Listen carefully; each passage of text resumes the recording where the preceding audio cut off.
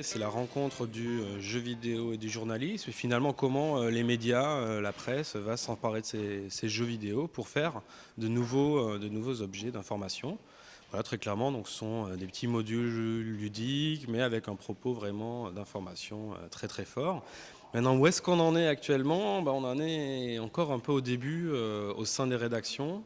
Alors, ce qui est assez intéressant, c'est que beaucoup d'ONG font ce qu'on pourrait dire du news game, très clairement, mais que dans les rédactions, ça reste toujours difficile, souvent lié à des coûts, des questions d'organisation aussi, hein, du boulot, savoir comment on va le faire, c'est pour ça, mais c'est quelque chose qui va se développer quoi qu'il en soit. La question est de savoir qui en fera.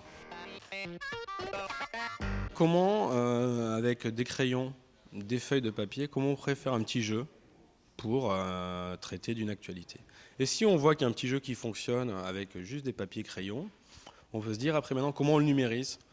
Est-ce qu'on a besoin de faire de la 3D? Non. Est-ce qu'on a besoin de faire beaucoup de graphisme? Pas forcément. Et là, il va rester quoi? La mécanique. Juste la mécanique de jeu qui va permettre d'exprimer un peu différemment le propos et le point de vue journalistique. Et après, on verra comment le faire. Déjà voir les ressources en interne qu'il y a dans les rédactions, toujours partir de ce qu'il y a.